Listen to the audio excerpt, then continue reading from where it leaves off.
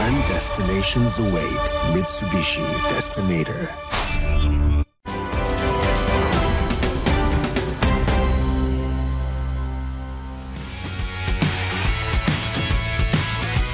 Kursi pelatih kepala timnas Indonesia hingga kini masih belum terisi setelah mengakhiri kerjasama dengan Patrick Kluivert.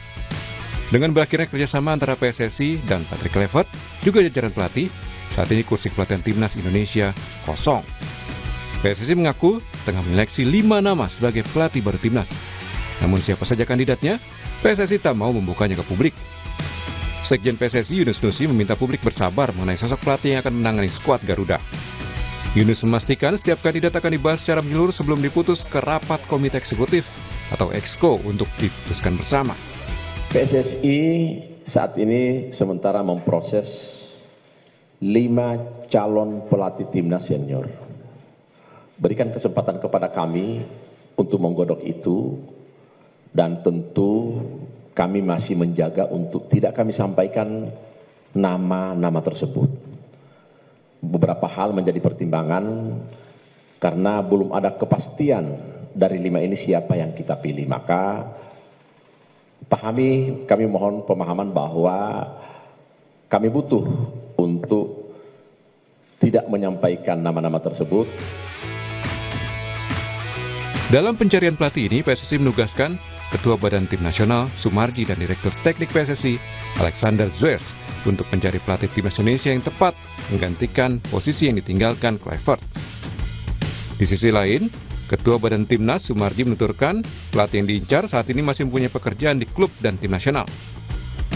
Pria yang juga menjabat sebagai manajer timnas Indonesia itu menekankan pihaknya bakal mencari pelatih terbaik. PSSI ingin mencari dengan hati-hati dan memiliki kriteria kuat mengisi posisi tersebut nantinya. Para pelatih ini masih berada di klub dan masih berada di timnas suatu negara. Tidak mungkin kami akan membuka. Ya, mungkin dalam minggu-minggu depan, dan tentu dari 5 nama itu pasti akan kita pilih yang sangat terbaik, ya, yang sangat terbaik. Mudah-mudahan kelima nama ini juga tidak mengalami kendala ketika mungkin di antara 5 kita pilih ternyata ada problem. Kita juga tidak tahu. Sejumlah nama calon pelatih timnas Indonesia sempat beredar di media sosial. Nama Timur Kapadze erat dikaitkan dengan timnas Garuda. Ex-pelatih Uzbekistan ini tak menampik adanya ketertarikan dari Indonesia kepada dirinya. Yang juga dikabarkan tengah mempertimbangkan tawaran PSSI adalah Heimir Hallgrímsson, pelatih asal Irlandia yang kini tengah menakodai timnas Irlandia. Lalu ada mantan pelatih Irak, Jesus Casas. Pencarian pelatih ini menjadi salah satu fokus utama PSSI saat ini untuk meningkatkan performa timnas Indonesia. Gagal mentas di Piala Dunia 2026, praktis timnas hanya akan berlaga di ajang Piala AFF pada Juli 2026 dan Piala Asia di awal 2027. Tim Liputan, Kompas TV.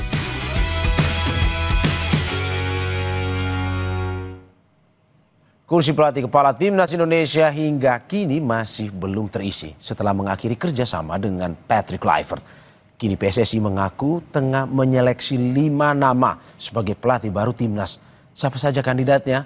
Akan kita bahas bersama pengamat sepak bola Muhammad Kusnaini atau yang sering disapa Bungkus. Bungkus, selamat pagi.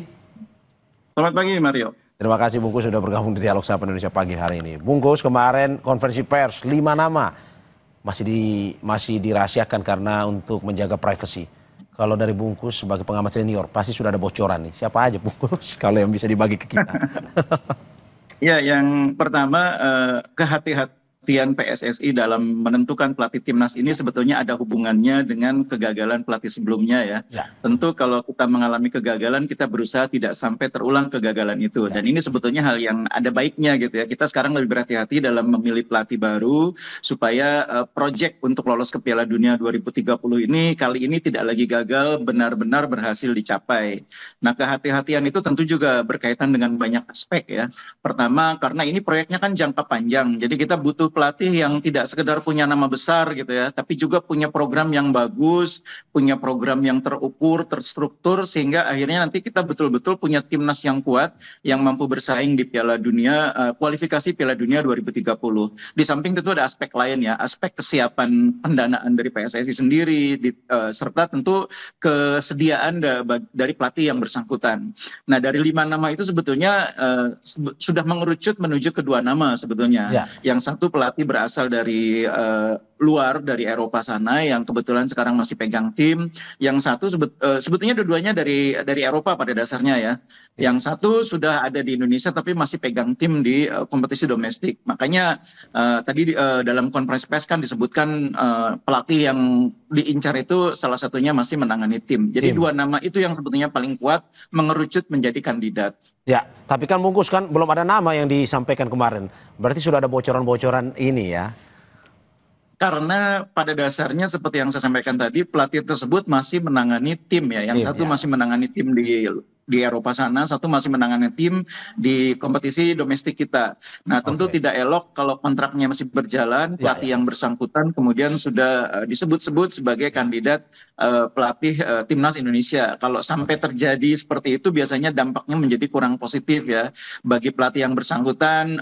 Tentu menjadi tekanan tersendiri. Kemudian kalau sampai terjadi kegagalan di klubnya, lalu dihubung-hubungkan dengan rencana menangani timnas, itu saya pikir hal yang menjadi dasar kehati-hatian dalam membuka nama pelatih yang bersangkutan. Oke, kalau yang di Indonesia ini pelatih dari Indonesia atau luar, bungkus? Di Indonesia ini kan sebagian besar pelatih berasal dari luar ya, hanya satu pelatih domestik, yaitu pelatih Malut United. Selebihnya pelatih dari luar ya. Oke, saya ganti pertanyaan saya. Dari Belanda. Asalnya dari Belanda atau dari mana, Eropan? Iya, yang saya tahu ini pelatih ini bukan dari Belanda yang di Liga 1. Di Liga domestik ini ya, di Super League ini pelatihnya bukan dari Belanda. Dan kabarnya pelatih yang bersangkutan juga tertarik, tapi memang sejauh ini belum ada kesepakatan yang formal. Ya. Dan ini menurut saya hal yang normal gitu ya, karena pembicaraan mengenai kontrak dengan pelatih yang bersangkutan tentu harus mendapatkan izin juga dari klub yang bersangkutan. Cuma memang kalau untuk kompetisi domestik biasanya sih lebih mudah ya, karena klub itu biasanya kalau untuk timnas itu dengan mudah memberikan dukungan ya bagi klub domestik. Mungkin masalahnya untuk kandidat yang berasal dari Eropa itu tentu akan lebih rumit prosesnya. Oke, kalau yang satu lagi yang berasal dari Eropa, pelatih yang sedang melatih klub di Eropa, apakah memang liga besar atau bagaimana, bungkus? Ternyata memang bukan liga besar ya, tapi menurut saya bukan masalah liga besar atau liga kecil. Liganya mungkin tidak terlalu besar untuk ukuran Indonesia ya. Kalau orang Indonesia kan bilang liga besar itu kan Inggris, Italia, Jerman, Spanyol. Ini bukan dari sana. Tapi menurut saya meskipun bukan menangani tim yang bisa dibilang liga besar itu ya, atau tim nasional besar gitu ya. Yang di Eropa sana kan ada juga yang menangani timnas ya, bukan timnas besar. Tapi sebetulnya yang paling penting untuk Indonesia itu pelatih yang punya kemampuan membangun timnas secara terstruktur ya, secara terkonsep. Karena kita ini kan sekarang kalau kita mau pelatih yang betul-betul grade-nya A super, itu kan juga tidak mudah. Di samping salary-nya tinggi, itu juga peringkat Indonesia ini kan menjadi problem juga. Karena kita masih di level yang cukup jauh ya, di atas 110. Pelatih-pelatih top itu biasanya maunya klub yang ada di level 20 atau 30 besar. Kita ini masih jauh sekali, 110 ke atas. Karena itu kita juga harus paham bahwa kita tidak mudah mendapatkan pelatih yang levelnya seperti itu. Yang penting itu pelatih itu orang yang teruji kemampuannya, orang yang punya konsep, orang yang punya kemampuan membangun timnas, naik secara perlahan. Ya itu sudah pernah kita alami dari ketika zamannya Sintayong ya. Peningkatan prestasi itu secara bertahap terjadi, meskipun memang kemudian terjadi perbedaan kesepakatan sehingga akhirnya berhenti di tengah jalan. Oke, apakah juga yang pelatih Eropa ini mantan pemain terkenal seperti Patrick Kluivert, atau kita memang mengenal pelatih ini secara umum atau bagaimana? Kali ini kebetulan bukan mantan pelatih terkenal ya, yang saya tahu ini bukan mantan pelatih atau pemain terkenal. Dan ini menurut saya lagi-lagi bukan masalah. Tidak semua pemain terkenal itu bisa menjadi pelatih hebat juga. Seperti halnya sama, pelatih hebat itu tidak semuanya sebelumnya berasal dari latar belakang pemain yang hebat.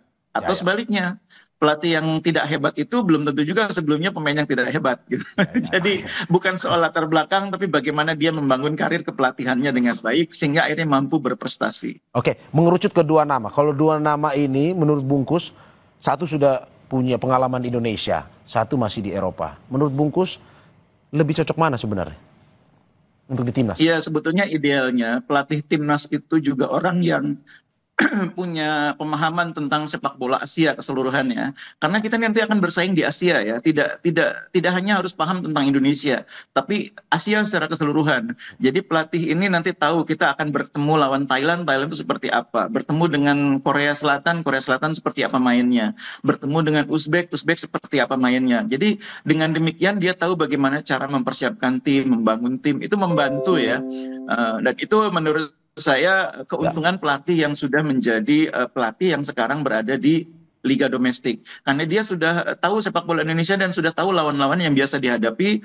oleh tim-tim kita di kompetisi Asia, entah itu di level klub maupun di level tim nasional. Itu kelebihan dia ya. Dan kalau itu bisa kita dapatkan, tentu merupakan keuntungan tersendiri. Tapi itu bukan faktor yang paling utama. Yang paling utama itu pelatih ini punya rekam jejak yang bagus dan punya konsep yang bagus untuk membuat timnas ini lebih berprestasi. Itu yang paling utama. Oke, berarti ini karena rame di medsos, Bungkus. Ada 3 nama, Timur Kapatse, Heimir Hallgrímsson, dan Jesus Casas. Berarti tidak tiga-tiganya nih ya? Pelatih yang berasal dari Eropa itu bukan di antara nama-nama tadi ya, tapi pelatih yang juga cukup dikenal sebetulnya di kalangan sepak bola Eropa. Oke, Bungkus, kita lebih ke evaluasi secara besar ya.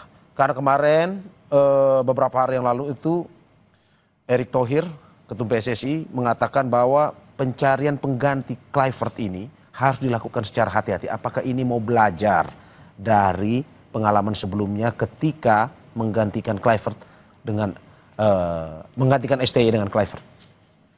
Ya, itu yang saya bilang tadi di awal, bahwa kita belajar dari kekeliruan ketika memilih pelatih pengganti Sintayong.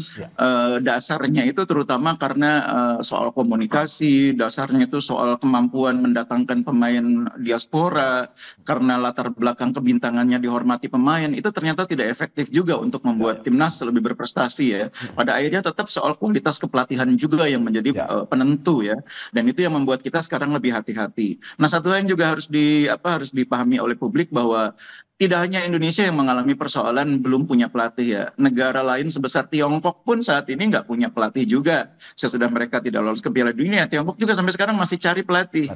Dan agak mirip juga sekarang pemikiran yang terjadi di Tiongkok itu. Federasi Sepak Bola Tiongkok tuh berpikir sepertinya mereka akan menggunakan pelatih domestik yang punya pemahaman tentang sepak bola domestik dan sepak bola Asia. Makanya sekarang mereka mengincar pelatih yang berasal dari kompetisi domestik. Nah, karena masih menangani tim domestik, maka akhirnya Federasi Sepak Bola Tiongkok masih menunggu nih sampai kompetisi selesai sebelum memutuskan menunjuk pelatih yang baru.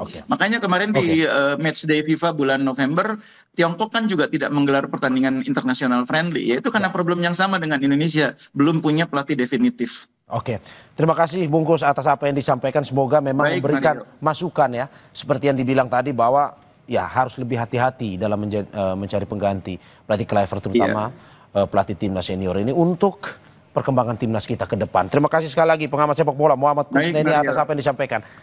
Terima kasih Bungkus, sehat-sehat selalu. Amin, amin. Saudara, jangan kemana-mana. Sapa Indonesia Pagi akan segera kembali dengan informasi lain. Salah satunya sejumlah rumah di Lumajang, Jawa Timur ambruk akibat terjangan awan panas Gunung Semeru. Tanggap darurat ditetapkan selama sepekan.